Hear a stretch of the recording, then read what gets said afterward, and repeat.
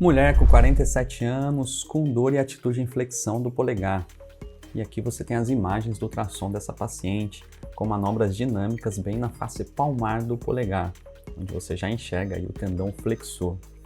E aí, você sabe me dizer o que está acontecendo com essa paciente? Aqui nós temos imagem no plano transversal e longitudinal. Então fica comigo que até o final desse vídeo a gente vai ver exatamente qual que é a patologia e discutir todos os achados. Afinal, você está no MSKD Casos, uma série de casos práticos em ultrassonografia musculoesquelética, sempre direto ao ponto, com imagens, sugestão de laudo e discussão do caso. Sou Matheus Queiroz, médico cardiologista, e ensino médicos a dominar a ultrassonografia musculoesquelética do zero ao avançado, praticando aí mesmo o seu próprio serviço.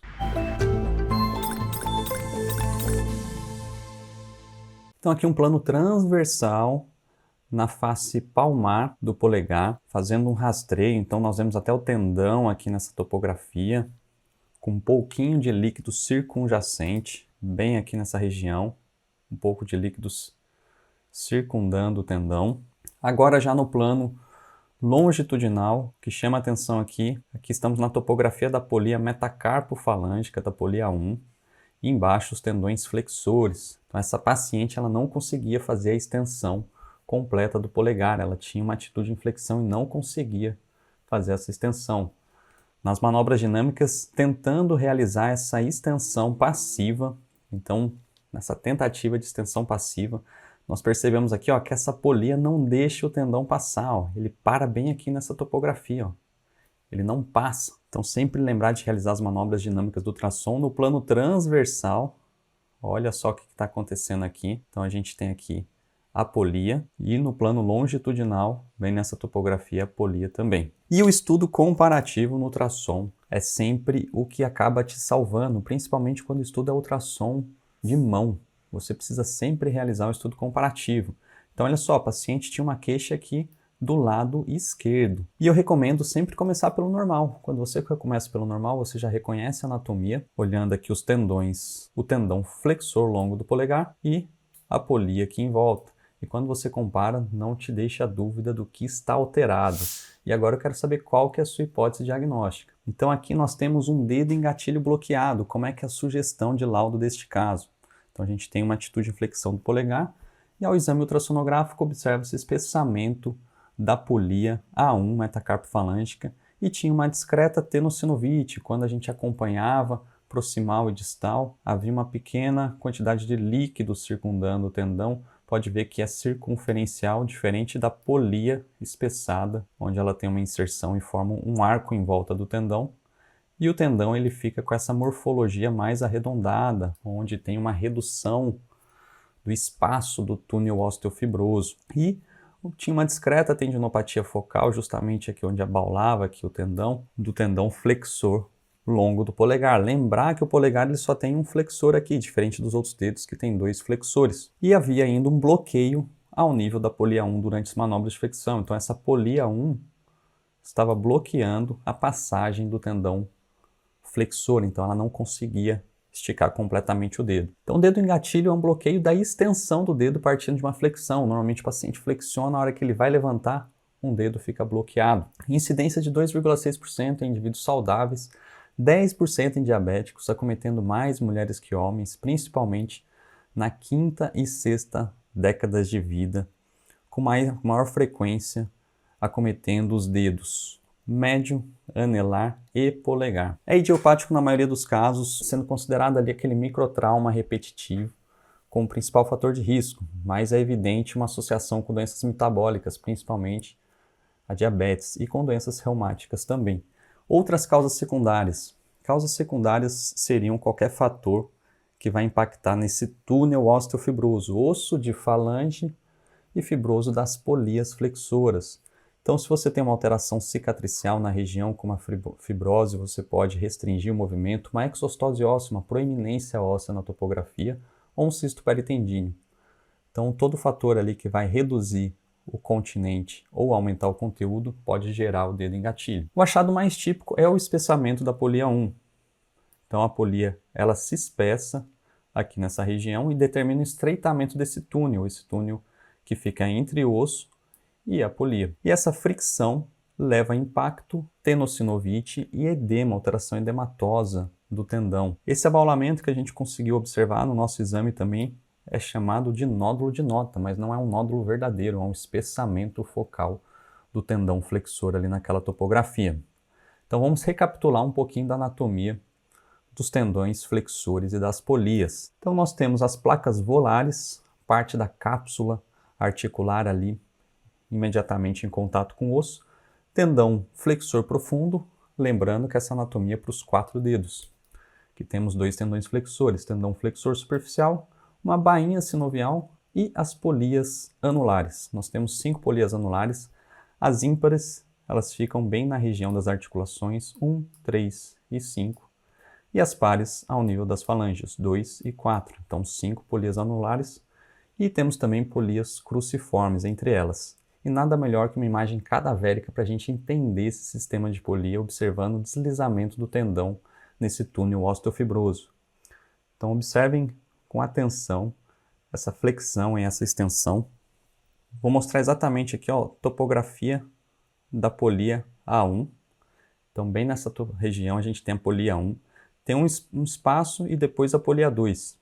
Isso já nos mostra e nos faz entender onde nós vamos procurar líquido na bainha sinovial. Então o líquido ele vai se acumular onde tem menor resistência, entre as polias ou na região mais proximal aqui da polia 1. Então novamente observe como funciona esse sistema de polias que facilita o nosso entendimento. Então nós temos as polias anulares e cruciformes cobrindo aí os tendões flexores, formando esse sistema de polias. Então essa imagem ela acaba ajudando muito o nosso entendimento durante a realização do exame. E a anatomia do polegar, a gente não tem 2 tendões flexores e nem mesmo a mesma quantidade de polias. Então o que nós vemos aqui no polegar, a gente tem o tendão flexor longo do polegar e 2 polias arciformes ao nível da articulação. A 1 é a metacarpofalângica e a 2 é a interfalângica. Temos ainda uma polia oblíqua e podemos ter uma polia variável aqui nessa topografia. A anatomia ultrassonográfica das polias, então como que a gente enxerga a polia? Então a polia, acabamos de ver na imagem cadavérica, é como se fosse uma membrana que reveste, que passa superficialmente ao tendão. E quando o som ele fica perpendicular, ó, essa região da polia fica até hiperecogênica e a deflexão, essa voltinha da polia, ela fica mais escura pela anisotropia. Então nós vemos a polia A1 nessa topografia e a polia 2 com o mesmo aspecto. Olha no plano longitudinal a polia 2 ao nível da falange proximal e é essa imagenzinha bem escura com as margens aqui branquinhas. Então bem nessa topografia a gente tem a polia. E aqui a polia 1. Dica, aqui nós temos a cabeça metacarpal, em preto a cartilagem e em branco aqui profundamente aos tendões a placa palmar. A polia vai estar ao nível da articulação e, consequentemente, da placa. Então, a gente vê essa linhazinha pretinha bem aqui em cima, delimitando a polia. Então, quando eu vou caracterizar a polia no ultrassom, eu gosto primeiro de olhar no longitudinal para determinar o nível da polia e depois no plano transversal. E ao nível da falange, o que eu faço é observar onde o tendão está mais próximo do osso, que é normalmente onde a polia está localizada. Vamos observar isso no dinâmico. No dinâmico aqui, ó, novamente, olha só. Falange, olha a placa nessa topografia e olha a polia bem aqui nessa região e com as manobras dinâmicas ajudam a caracterizar melhor a polia e o deslizamento perfeito aqui do tendão neste túnel osteofibroso. Então, um exame completamente normal. Olha como a polia ela fica ao mesmo nível aqui da placa palmar ou volar. Olha no plano transversal agora, observamos essa membrana que envolve o tendão, os tendões flexores aqui do dedo, então correspondendo à topografia da polia. E aí é muito importante, quando você vai realizar o exame de ultrassom, é uma boa anamnese do exame físico.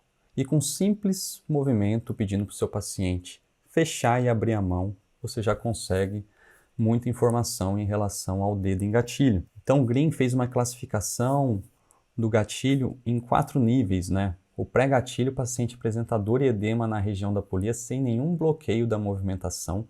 O grau 2, ele tem um bloqueio, mas ele mesmo consegue fazer a extensão. Então, bloqueio com extensão ativa. O grau 3, ele já tem um bloqueio, mas precisa da ajuda da outra mão para conseguir estender o dedo. E o grau 4 já é uma contratura. Então, quero saber aí de vocês o que vocês acham, qual que é o grau deste caso. O paciente fechou a mão, abriu a mão e ficou preso. Então, o próprio paciente ele não consegue abrir sozinho. Então, ele precisa da outra mão ou da ajuda de alguém para esticar.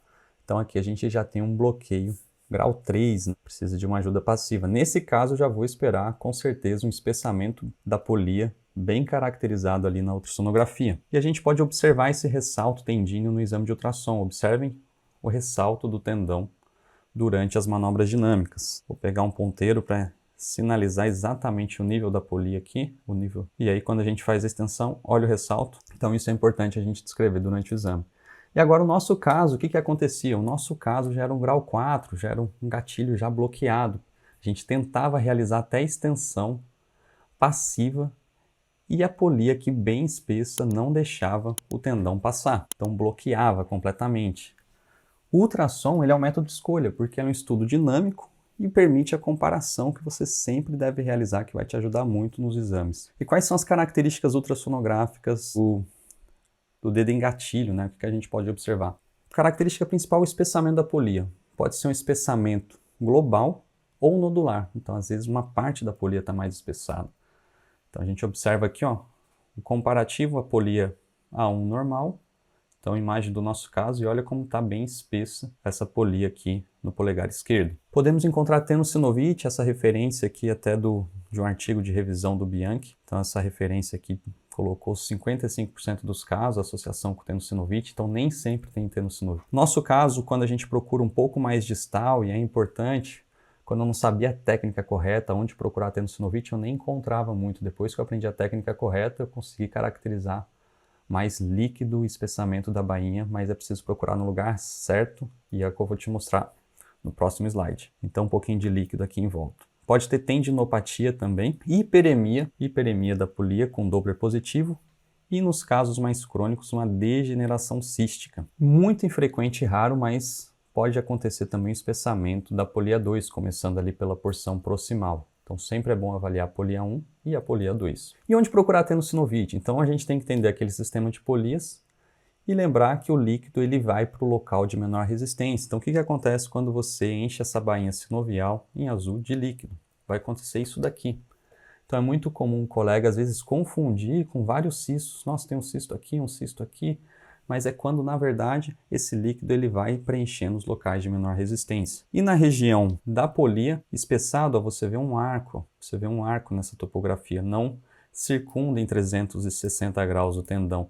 Quando você procura no local correto, você vê o líquido circundando o tendão. Então, é mais fácil caracterizar o acúmulo de líquido ao nível da cabeça e colo do metacarpo, proximal a polia 1. Olha só esse exemplo aqui na ressonância magnética. Já vou começar o exame, ó, na região da cabeça e colo metacarpal e a gente já observa o quê? O líquido envolvendo os dois tendões flexores. Agora o vídeo vai começar e você já vai observar que vai aparecer a topografia da polia onde não é caracterizado o líquido. Então, começando o vídeo aqui, olha só, a topografia da polia não tem líquido, passou, e aí o líquido vai se acumulando nos locais de menor resistência. Então, é preciso ter essa consciência e fazer o rastreio no transversal e no longitudinal, procurando onde é mais fácil de encontrar, ao nível do cabeça e do colo metacarpal. Então, dicas práticas. Dicas práticas é, primeiro, a anamnese exame físico. Lembrar daquela classificação de Green que vai te ajudar, ou seja, no grau 1 é possível você observar só um borramento, sem um espessamento muito nítido. Já o grau 2, 3 e 4, a polia já vai estar mais espessada. Sempre realizar o exame comparativo, e a minha recomendação é que você comece pelo normal. Dê alguns minutos para o seu cérebro treinar e entender aquela anatomia normal, a anatomia da polia, como que estão os tendões flexores, como que é aquele movimento, porque quando você for para o lado patológico, vai saltar aos seus olhos. E não esquecer das manobras dinâmicas. Lembrar também que a maioria dos casos é devido ao espessamento de polia, mas a gente pode ter outras causas secundárias, uma exostose óssea, uma fratura com consolidação viciosa que gerou um estreitamento do túnel, um cisto peritendíneo. Então lembrar sempre de fazer todo o rastreamento e, se não caracterizar espessamento da polia, lembrar das causas secundárias. Não esqueça, aqui é a referência utilizada, um artigo de revisão do Stefano Bianchi, uma grande referência de sonografia musculoesquelética. E não esqueça de curtir e comentar aqui nesse vídeo. Se você gostou e fizer sentido para você, faça inscrição aqui no canal para você receber conteúdos de qualidade em ultrassonografia musculoesquelética. Então, os alunos do curso MSKD têm um acesso completo a todas as aulas de ultrassonografia musculoesquelética e ao laudário completo que eu utilizo na minha prática. Se você tiver interesse em conhecer o curso, entre em contato com o nosso suporte. Muito obrigado e até o próximo caso.